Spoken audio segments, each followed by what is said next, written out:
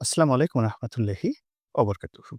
সম্মানিত দর্শক, গত কয়েকদিনে বাংলাদেশের রাজনীতিতে পরস্পর বিরোধী অনেকগুলো ঘটনা ঘটেছে।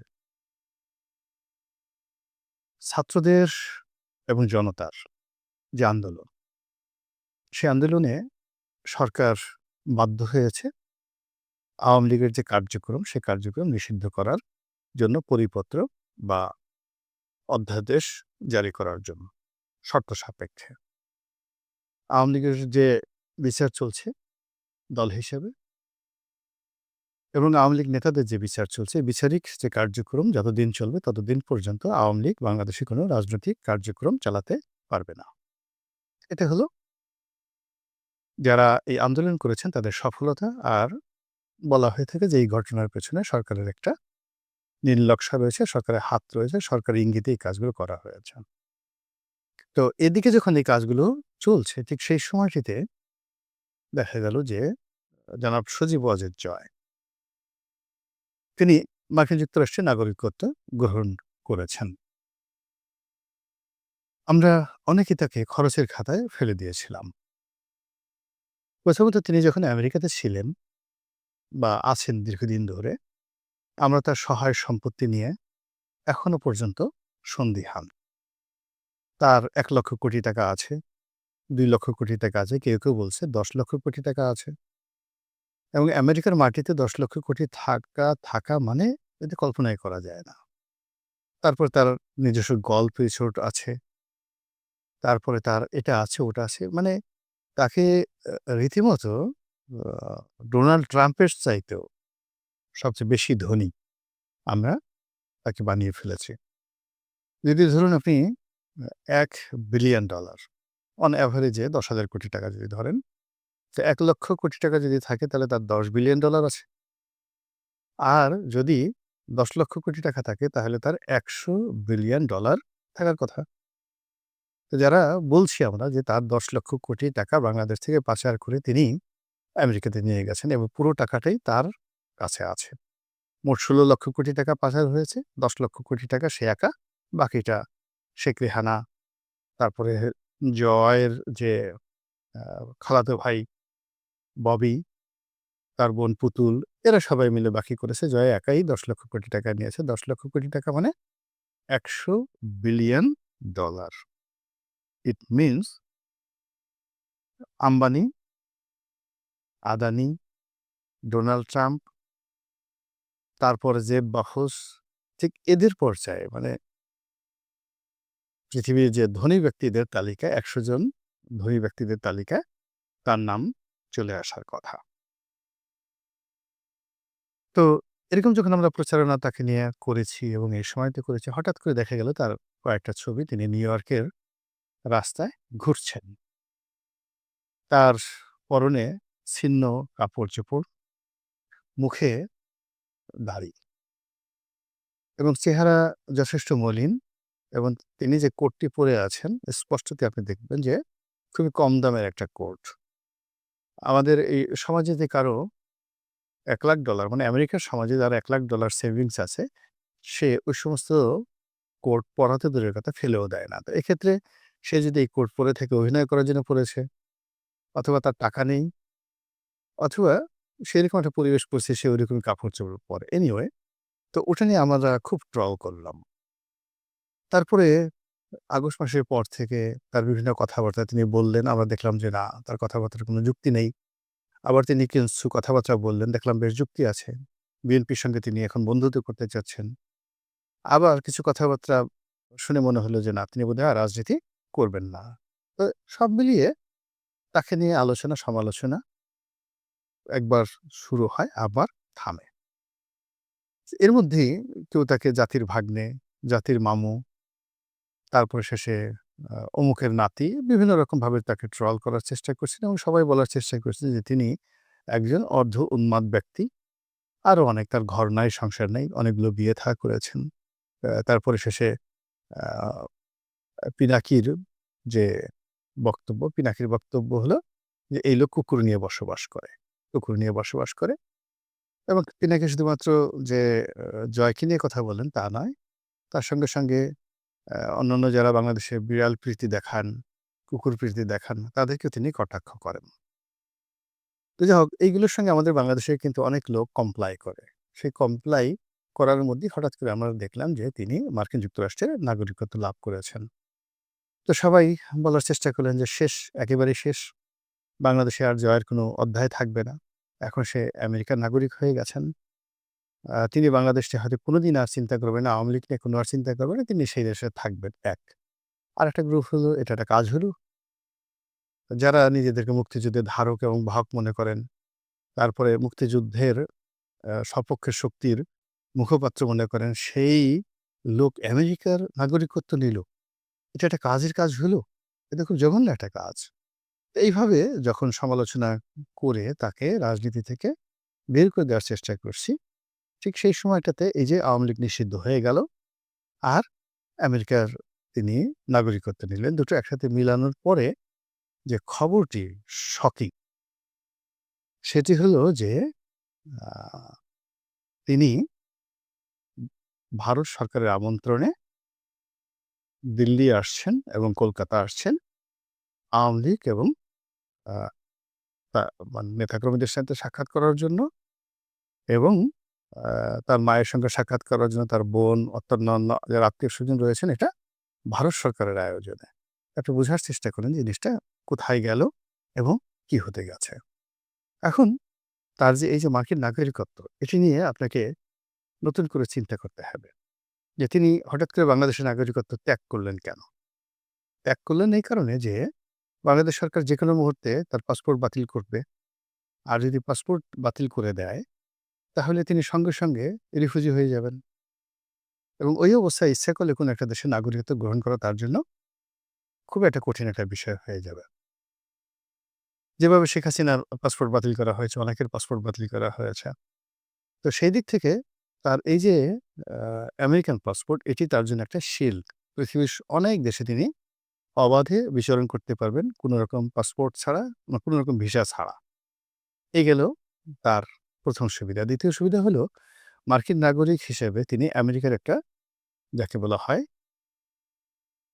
রক্ষা কবচ, আমেরিকাকে নিজের রক্ষা কবচ হিসেবে তিনি ব্যবহার করতে পারবেন। ভবিষ্যতে যখন তার দরকার হবে, তিনি সঙ্গে, সঙ্গে কিন্তু সেই আমেরিকান পাসপোর্ট ত্যাগ করে আবার বাংলাদেশের পাসপোর্ট নিতে পারবেন। যেমন আমাদের দেশের অনেক রাজনীতিবিদ, আ এখন ধরেন এই সরকারের কিন্তু অনেকেরই আমেরিকান পাসপোর্ট আছে, অন্তর্বর্তীকালীন সরকারের।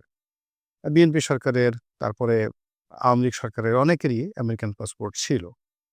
অনেকে সেই পাসপোর্ট ত্যাগ না করেই আমেরিকান পাসপোর্ট নিয়ে মন্ত্রী হিসেবে দায়িত্ব পালন করেছেন, এমপি হিসেবে দায়িত্ব পালন করেছেন। আবার অনেকে পাসপোর্ট আ সেটা বাতিল করে, যেমন এহসানুল হক মিলন সাহেব, তিনি বাংলাদেশের পাসপোর্ট নিয়ে, তার আমেরিকান পাসপোর্ট ছিল, তিনি সেই রাজনীতি করেছেন, মন্ত্রী হয়েছেন। কিন্তু এখন যেটা হলো, গত আওয়ামী লীগ সরকারে অনেক ছিল, যেমন যে মোমেন সাহেব ছিলেন।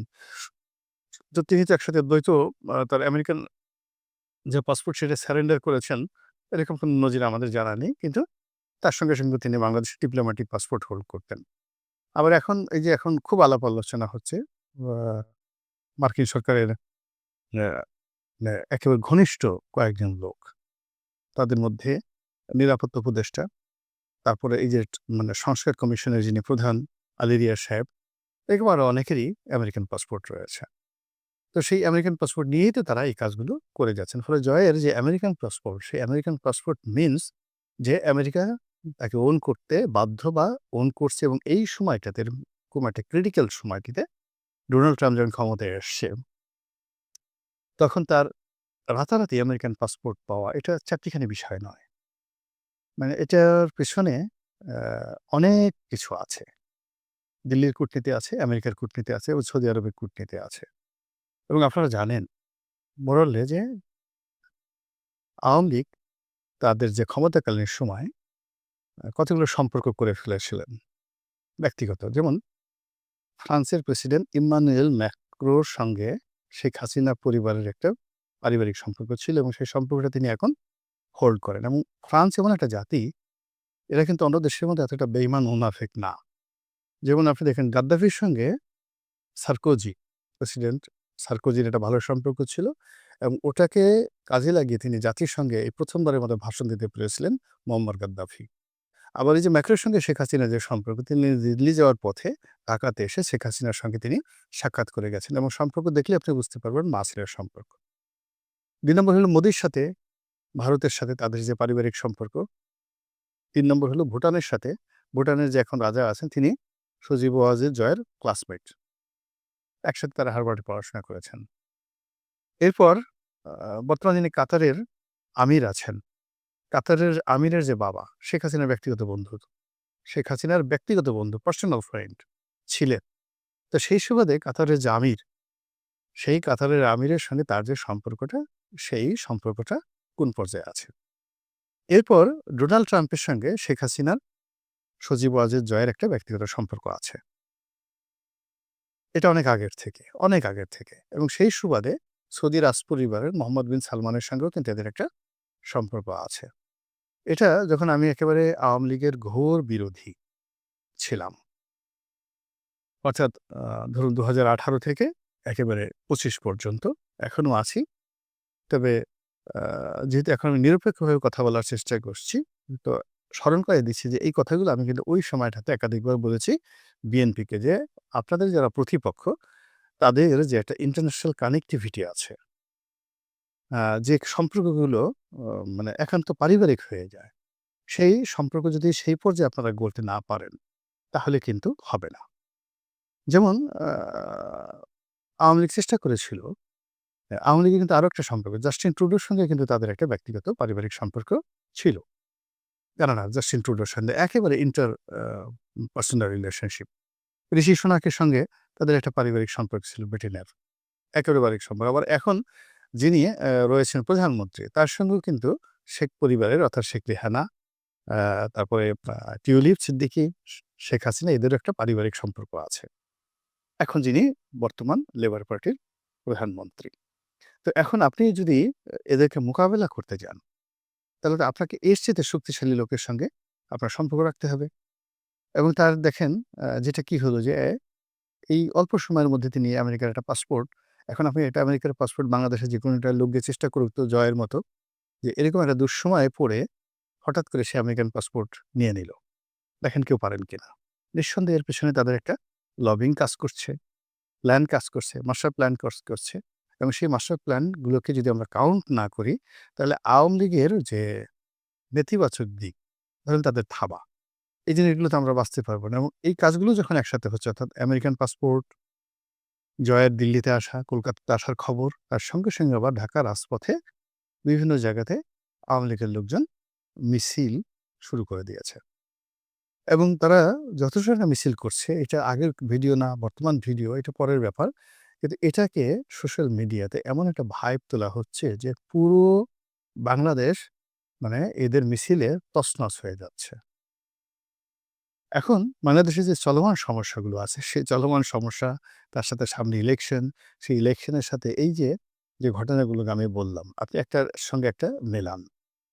মিলিয়ে তারপর সামনের নির্বাচনের কথা চিন্তা করেন, রাষ্ট্র পরিচালনার কথা চিন্তা করেন, সুখে শান্তিতে থাকার কথা চিন্তা করেন, আগামী দিনে ভারত-বাংলাদেশ সম্পর্কের কথা চিন্তা করেন এবং এই যে এখন দেখেন স্থলপথে আমাদের যে এক্সপোর্ট হতো ভারতে, সেই এক্সপোর্টটা স্থলপথে তারা বন্ধ করে দিয়েছে। যেখানে 90% পণ্য বাংলাদেশ থেকে গার্মেন্টস পণ্য আ শুল্কমুক্ত সুবিধায় ভারতের বাজারে যেত। সেই সুবিধাটা ভারত বন্ধ করে দিল। এখন আপনি এটা মোকাবেলা করবেন কিভাবে? এবং এটা কি আপনি কি আমি নাকের তেল দিয়ে ঘুমাবো? ইম্পোর্ট বন্ধ ভারতের সাথে, এক্সপোর্ট বন্ধ। ভারতের যে বন্দরগুলোকে আমরা ব্যবহার করতাম সেটা বন্ধ। রেল বন্ধ, লঞ্চ যোগাযোগ ছিল। বাংলাদেশ থেকে ডাইরেক্ট লঞ্চে করে কলকাতাতে চলে যাওয়া যেত হলদিয়া বন্দরে। তো এই জিনিসগুলো সব বন্ধ হয়ে গেছে। তো বন্ধ হওয়ার পরে এমনকি যে আদানির যে বিদ্যুৎ আমরা বলছি যে আমরা আদানির বিদ্যুৎ নেব না। এখন আদানি যদি বিদ্যুৎ বন্ধ করে দেয়, তারপর শেষে এই যে আমাদের যে সুন্দরবন তারা একটা যে বিরাট করছে, আ বিদ্যুৎ কেন্দ্র করছে কয়লাভিত্তিক রামপাল বিদ্যুৎ কেন্দ্র। সেটা যদি তারা বন্ধ করে দেয়, তাহলে আমরা কোথায় যাব? রাশিয়ার সঙ্গে আমাদের যে চুক্তি আছে, সেই চুক্তির আমাদের জন্য এখন রীতিমতো একটা গলার কাটা হয়ে যাবে যদি রাশিয়া এই মুহূর্তে সেই চুক্তিটা থেকে ফিরে যায়। রাশিয়ার মতো একটা বৃহৎ শক্তির সাথে আমরা পারব না। তো মিস্টার ভ্লাদিমির পুতিনের সঙ্গেও কিন্তু এই পরিবারের এবং সেই রেজিমের একটা সম্পর্ক তারা গড়ে তুলেছিল। তারা যেটা পারেনি সেটা হলো চীনের সঙ্গে সম্পর্ক করতে তারা পারেনি। চীন চেয়েছিল তাদের সঙ্গে বন্ধুত্ব করার জন্য। কিন্তু তারা ভারত এবং চীন দুটোকে সমহাতে তারা খেলতে পারেনি। কিন্তু আমেরিকার সঙ্গে কিন্তু তাদের একেবারে শেষ সময় পর্যন্ত সম্পর্ক ছিল। আমেরিকা তাদেরকে যে চাপটা দিয়েছিল সেটা হলো এই যে এখন যে মানবিক করিডোরের কথা বলা হচ্ছে, সেন্ট মার্টিন দ্বীপের কথা বলা হচ্ছে, চট্টগ্রাম বন্দরের কথা বলা হচ্ছে। এটা আমেরিকা সেই ১৯৭১ সন থেকেই তারা কিন্তু এটা চেয়ে আসছে। আওয়ামী লীগ এই জিনিসগুলো কখনো দেয়নি। এখন ডট মিলান, একটার সাথে একটা ডট মিলান। মিলানোর পরে সিদ্ধান্ত নেন যে আমরা কোন দিকে যাচ্ছি, কি করছি এবং কোথায় আছি। মহান আল্লাহ আমাদের সবাইকে হেদায়েত দান করুন এবং হেফাজত করুন। আসসালামু আলাইকুম ওয়া রাহমাতুল্লাহি ওয়া বারাকাতুহু।